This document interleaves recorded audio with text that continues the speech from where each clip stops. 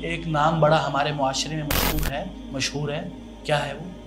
یا خدا ہے نا۔ خدا اصل میں کیا، کدھر سے آئی ہے یہ ورڈ، کہاں سے آیا؟ یہ اصل میں آیا فرس سے، فارس سے، ٹھیک ہے۔ ان کے ہاں ایک کانسیپٹ آف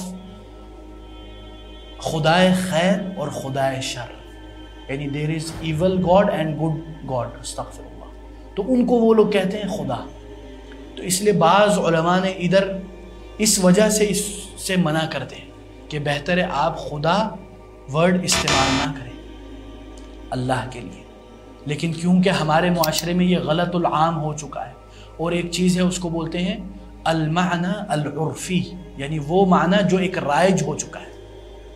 اب ہمارے معاشرے میں کوئی کسی کو بھی نہیں پتا کہ خدائے خیر خدائے شر کیا ہوتا ہے نا، اس لیے بعض علماء کہتے ہیں کہ اس میں کوئی حرج نہیں، لیکن بہتر ہے جب آپ کو پتہ چل جائے تو اس کا استعمال کم کریں۔